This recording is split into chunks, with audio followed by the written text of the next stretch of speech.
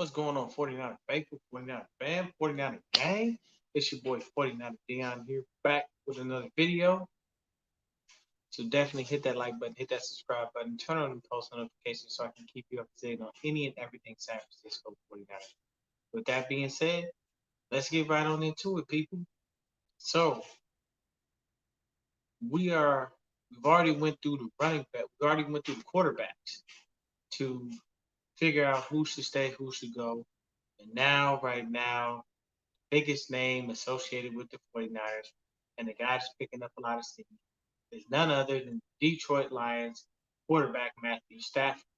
Now, shout out to Breezy, shout out to Nitty Gritty Niners. If you like, hit that like, subscribe button on that. You need to, because they out there and they're doing a damn good job reporting on the 49ers. Shout out to Breezy, Peachy, Donnie. Congrats to Donnie. I see you in school doing your thing, baby. I appreciate that, man. Always good to get that education, man. Gotta have that education. Lovely to see Peachy there too, as well. Just to have, a female presence showing everybody that women definitely, what I'm saying, can talk about the Niners just as men do. But Matthew Stafford has been the talk of the town right now. It's crazy because with Stafford, like I like him, but hey, what's going on, Matt? I like him, but a lot of people are giving him a pass because he's been with a team that hasn't really done a lot. But the thing is, he's been there for years, man. Jim Caldwell was there, for years and years, and at least I think at least 2 3 years they had winning seasons. After they just never win in the playoffs. So I'm a little iffy on that one. I don't really care for him. I mean, I like him. He's a great quarterback. He's definitely accurate. He's got an amazing deep ball, big arm. He was a good quarterback coming out of Georgia. But it's just there's nothing to go with what he does. You know what I mean? Um, I don't know who Kyle Pitts is, Matt. I'm not sure who that is. I don't know if that's a DB or running back. You have to tell me.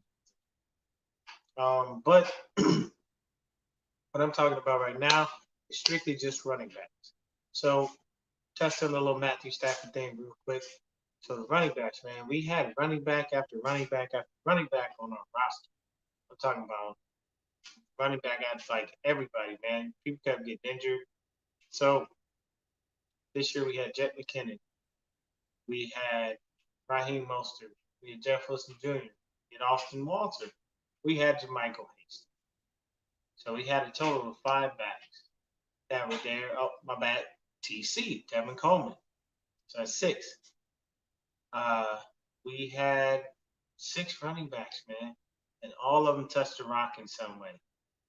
Pitts is I don't see us taking a tight end. It doesn't make sense. We already have George. We still have Ross. We still have Charlie Warner.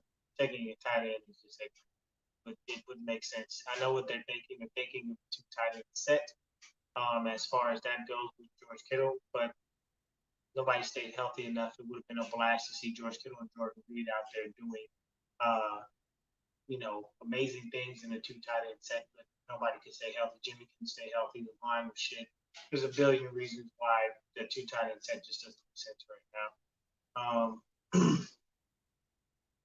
But back to the running backs. So this year, we've only got technically 1 running back signed, but ding, ding, ding. We did luck out. We do have another running back signed again, so we have Jeff Wilson Jr. So now, currently, as it stands, we have Jeff Wilson Jr. and Raheem Mostert as our backs. TC's going to walk. He's going to go elsewhere. Somebody else will pay him some money, and he'll, he'll get that taken care of. Yeah, we all know, and that was very unfortunate. Everybody involved. But TC's going to walk. Jerick McKinnon, Mr. Fuck No, as he answered to whether he was coming back to the Niners or not. That obviously tells you he's gone.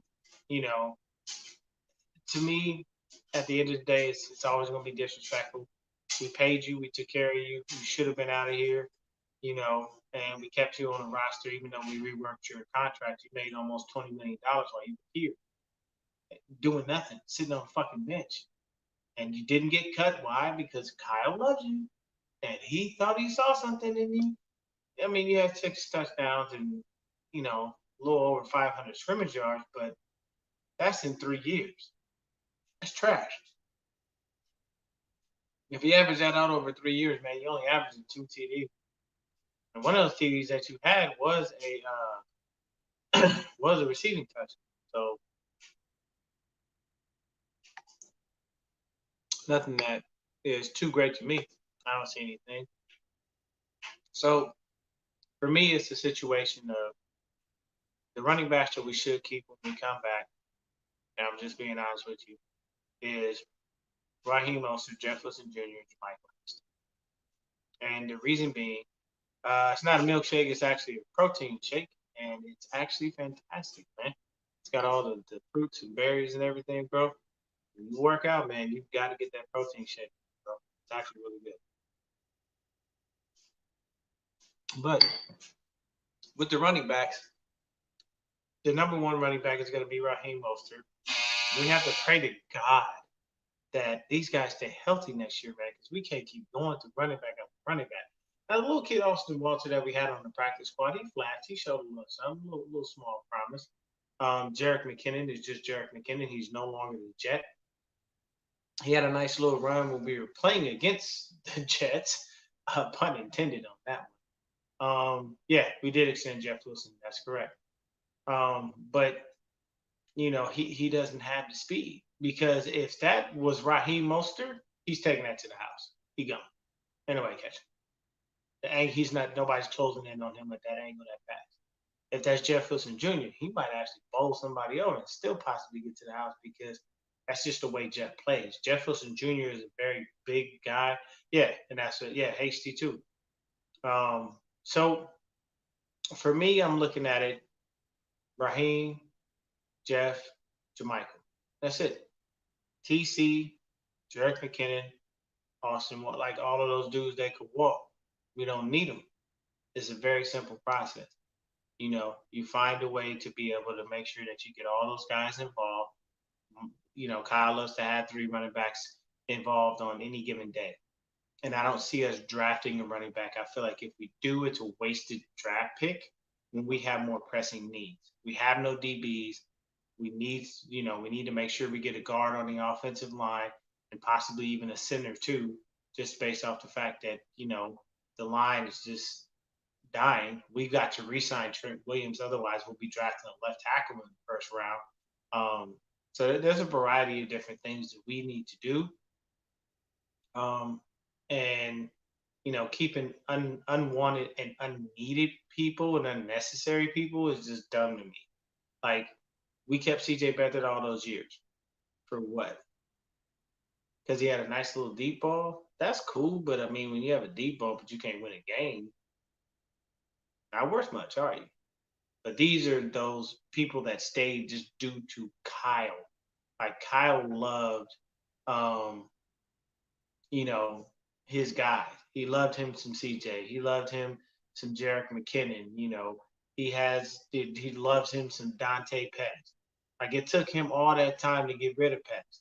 It took him all that. Like, he let CJ play all the way through his contract. He kept Jerick McKinnon 2 years on IR. Like, that's what I'm saying. Like, I don't like that. Don't get so attached to dudes because you think you can get something out of them, or you just don't want to look stupid or look bad, and just not be able to suck it up and say, I made a mistake, I was wrong. That's all Kyle would have had to do with those 3 people. Just say you were wrong, bro. It happens. People get injured in the league. You can't avoid that. But a dude to get injured on the same knee 2 years in a row? Nah, man. You got to get rid of that. I would definitely love to draft Destroy.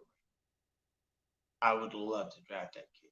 He is actually an amazing kicker, and if people don't know who that kid is, man, you need to go check out Destroy, aka Donald Daylight.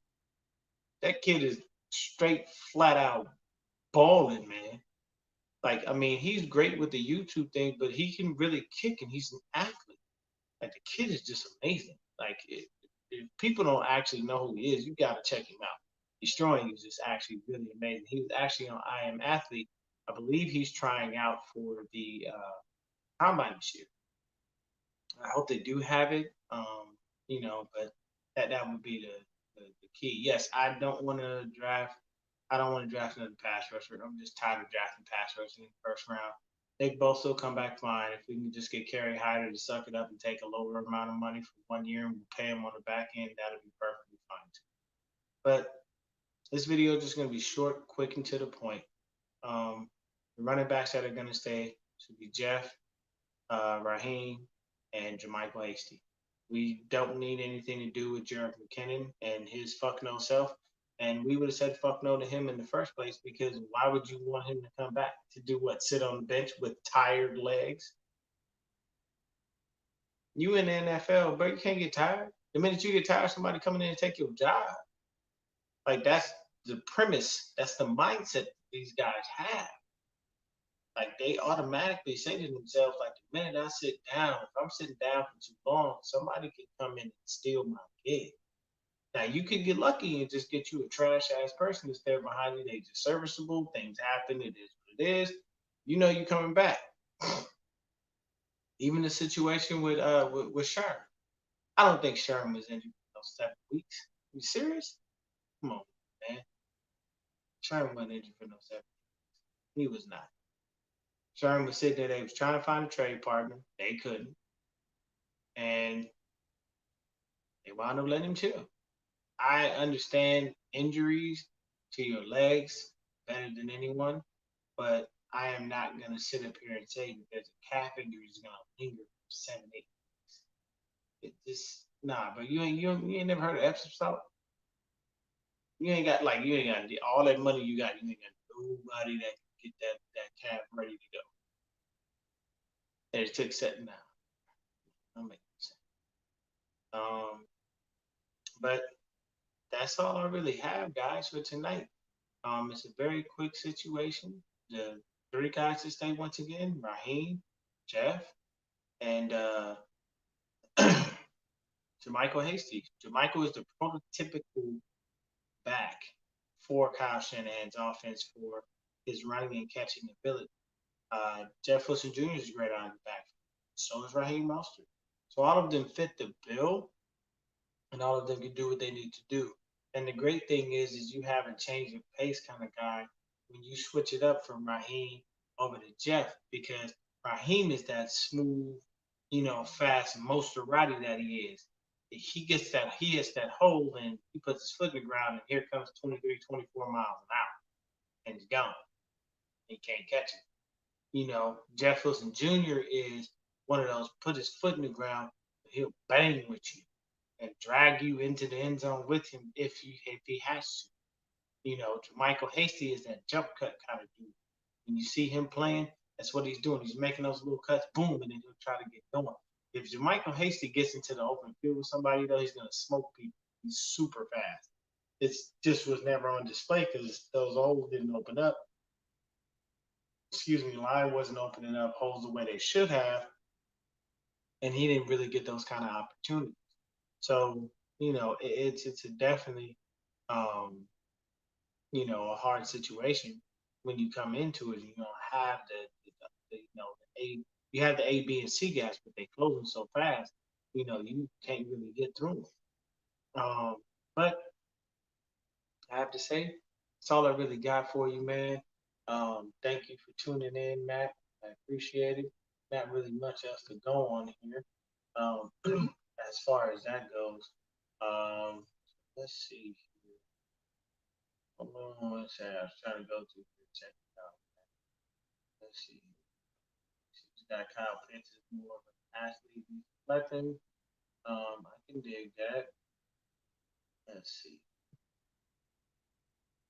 Clickbaiting thinking Kyle signing Austin Hooper. Austin Hooper signed to the Cleveland Browns for a couple of years. He's not out there. Yeah. Let's see. All right. You said, John, don't waste our time with another pass rusher. Yeah, I agree with you. Hopefully, we do release Ford. Definitely. So, you want to Marshawn Lattimore instead of Solomon Thomas. Here's the thing about Solomon Thomas here, Matt. There was an article that came out about our scouting department and how they were very upset that we were basically not following their instructions. The scouting people that we had told us not to draft Solomon Thomas. They said, for what you guys want to do for the future, he's not a good fit. This is a wasted pick. Don't do it. Like they told us not to pull the trigger on him. They gave us, different options, different things they wanted to do. And that simply was John Lynch, Kyle Shanahan going against the grain. Man, forget the scouting. Let's do boom, solid.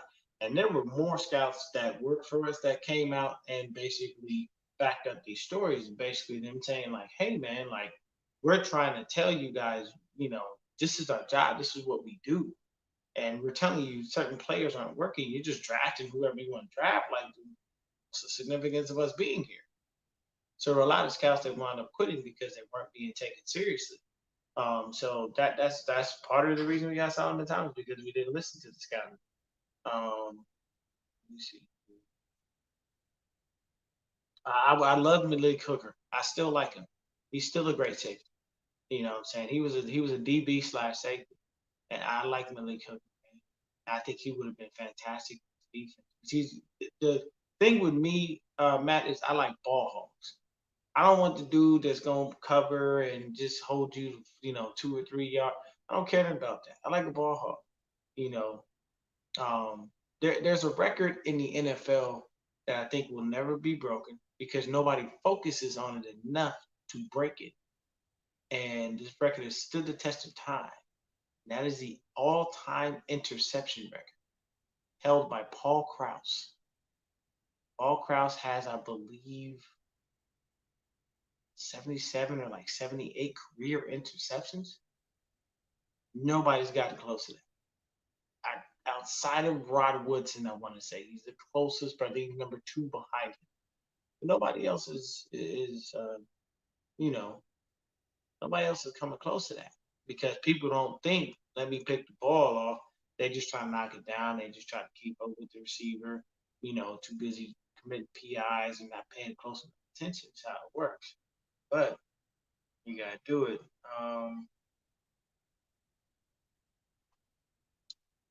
Who did the depart? They didn't necessarily say who they wanted, but they definitely said not to draft Solomon Thomas. That it just wasn't a good fit. He wasn't going to work out in the NFL. And look at him now. Last year, ACL. He's definitely going to be a free agent. We're not bringing him back. Um, you know, yeah. Paul Krause, yes, he definitely was. He was a white dude. Paul Krause was a bad motherfucker. I'm not old enough to have seen him play like in real life, but I watched some film on him. Man, he was cold. Paul Krause was cold, bro. He would pick anything off, and he was a master at very very good defensive back. And for him to get all those interceptions, and you gotta remember they playing at different times. They had shorter seasons. You know what I mean? And he still did it, man. So for me, if I would have ever been in the league, that would have been one of my doors. Like if they came in and said, "Hey, what do you need?" I'd have said straight up, "I don't want to be on a losing team. I'm not going to sit there and continue to lose just because I'm getting paid. That doesn't make sense." The other thing I want a Super Bowl, or at least two, at least 1 or 2, to be able to cement my legacy, and I want that interception. I mean, those would be the simple thing. Man, if I could have hit 6 feet, I'd. But I'm only 5'6", so something like that. But that's all I got for you guys tonight. Um, you know, running back, yeah, he did. He did do it in more of a run heavy league because the pass happy league just started to come around. More so. Um, in the '80s, '90s, and 2000s. That's where the pass happy stuff started. It was more so, a lot of running, and it probably was just as difficult to pick off a good QB as it is now. But that's how it is. They said the Bears gave us all these picks just to get. And the sad part is you'll see Trubisky always. People mention, oh yeah, he'd be great. Like they think anybody can work in Kyle's offense. Not anybody can. It takes time to learn the offense. It takes a competent person to understand the offense, to understand the defense, to know how they're going to react, to see what they're doing. Now you see a lot of copycats in the league as far as how our offense is run, but at the end of the day, um, it's still not exactly what Kyle does because Kyle is one of those people. His offensive mind is so expanded that he can probably draw a play up right off the whiteboard. And hey, guys, look, I know we've never run this before, but this is what I want you to do. You're gonna call this play, and he's gonna say some weird ass, fucking crazy name, and guys are gonna make it's gonna be in motion. The back's gonna go from one side to the other. It's gonna be just a whole bunch of crap. I know, man. I like I said, drafting Solomon Thomas was a big mistake, man. He never panned out ever in any way, shape, or form. We put him inside, it didn't work out. We put him outside, it didn't work out. It was just unfortunate for the kid, man. And I think he has a lot of talent. He just has to be used in the right way. But that is what it is. But that's it. I'm gonna go ahead and get out of here. Thank you for tuning in and paying close attention to me. I appreciate everything that you do, Matt. Number one fan, man. You're always here with me, buddy. And I appreciate you taking time out of the day to go ahead and get in that chat. Kind of keep me keep me going as well as with the other stuff. But the running backs are simple: Jeff Wilson Jr., Jermichael Hasty, and Raheem the Dream Mostert. Mosterati himself. Those are the people that need to be here. We have no reason to have any other backs. We don't need to draft a running back, not waste a pick on a running back. Please, Kyle and John. I know I'm a small YouTuber. I don't have a billion followers. But for God's sakes, don't draft another running back. We don't need them. And the last running back that Kyle drafted decided to quit football. And he did that while he was in college, and then he did it while he was in the NFL. So no, don't draft another running back. You want to draft a running back, you know what you do? I think you wait. It's either next year or the year after that. That's what you do. You wait. You know why? Because there's a young man they call the Inconvenient Truth. He's got a child balling just like he. Frank Gore Jr. Shit, come on home to San Francisco. Ask your daddy about the franchise, baby. Be good. I ain't mad at that. I remember when Frank got himself, when he got on, and Frank said, "I'm gonna show y'all why they traded Kevin Barlow." Because if you remember back in the day, we had Kevin Barlow. Kevin Barlow had like 1,000 yard season, and I think he had some like nice little stats. Kevin wanted to get paid. Kevin was like, "Shit, y'all gotta break me off, man." I had 1,000 yard season, woo, woo, blah, blah. Like, yeah, give me some money. And we were like, man, it was one funky ass season. You ain't done nothing in the hell no. Traded Kevin Barlow to the Jets. The Jets paid him, and he did nothing. And we went ahead and we got Frank Gore. Frank looked dead into the camera. He said, I'm going to show y'all why they traded Kevin Barlow. The rest is history. Leading rusher, 49ers. Love that guy. But his kid, if you ain't seen Frank Gore Jr., you might want to look at the highlight tapes, baby. That young man is balling out there. He look real, real good. So I can say I would, without a shadow of a doubt, I would love to have him. I know, Lattimore and or Jamal Adams will look great, in this cover three type system that we run, but it's unfortunate. Other teams can't cry over spilled milk. We gotta just clean the shit up and get some more. But have a good evening, Matt. That's of love to you, brother. Anybody else out there watching? Remember, it's very simple. 3 names: Hasty, Mostert, Wilson. That's it. What do I think about Asante Samuel Jr. doesn't look bad. He looks pretty good. And his dad was a ball hawk when he played. I think he had a couple of 10 interception seasons, if I'm not mistaken.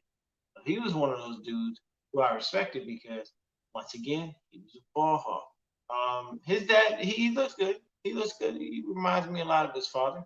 He really does. Um, so, I mean, probably in the later rounds, if he's available, we could definitely go after him. We're gonna need a DB. We have none signed currently, so yeah, it would make sense to draft him. You'll know his pedigree. You'll know where he comes from, and his dad was a phenomenal defensive back when he was on top of his game. So there's no reason that you don't draft that kid. You know where he comes from. You know what you're getting. It's just like drafting like the Bucks with Antoine Winfield Jr. Antoine Winfield was a beast. That man was nasty when he was in the league, boy. And he played in a time where you come across that middle of that field and rock somebody's world. So yeah, it makes sense. Yeah, of course. Yeah, I drafting Asante Samuel Jr. Well, I wouldn't be opposed to that. You know, but having Frank Gore Jr. too, I would love that. That kid is amazing kid. Hopefully they do have a draft. Get destroying a tryout, man. Get him in that combine, baby. You know what I'm saying? And somebody pick him up. And remember, it's not about having him YouTube. Patrick Surtain, yeah, he is a crafty defensive back. You know, we're gonna get on that though. Patrick Surtain, yeah, he's definitely a crafty defensive back. He looks really good. But we're gonna get into that in another video. This was strictly one show for running backs. Once again, final time. Hasty, Mostert, and Jefferson Jr. Currently, we got all three of them. Let's just keep with those guys, roll with it, and not look back. Don't need to keep TC. It's going to cost too much money. Fuck Jerick McKinnon, and he can move on to the next city and move on to the next team because nobody's going to pick him up and nobody's going to pay him shit. You got your payday, man. You got it. After sitting on the bench behind AP for all the years, we hooked you up. And that's how you thank us? You thank us by saying, fuck no, let me move on to the next team. Even Deebo Samuel was caught off guard by his comments. Like, his whole body language switched up. Like, what the fuck that? You know what I'm saying? But for me, it's very simple. Don't need you, don't want you. Good riddance. You didn't do anything all these years you were here. So what's the significance of keeping you if you ain't really going to produce? At the end of the day, that's all it's about. Best ability is availability. You were never available, Jerick McKinnon, until this year. And thanks for the 6 touchdowns and a little over 500 yards from scrimmage. That's 3 years, and you only did something in one. Seemed like a waste of time, waste of time and money to me. But hey, I'm just a regular dude. I don't know nothing. According to Michael Glenchie, we're all couch quarterbacks. And I wish I could find it on Twitter. Somebody put up a video basically showing how many times he got beat in different plays on different days that he played to teams. It's just crazy. Asante and Patrick the dream. Oh yeah. Oh, you serious? That would be flat out ridiculous. But I know, man. I know it's hard when you pass on a very good talent and see that blue shot. Like when Verrett came out of TCU, oh my God, I was like, yes, we drafted. No, we didn't do it. But hey, nice to talk to you guys. Y'all have a good evening. See you later, Matt. I'm out.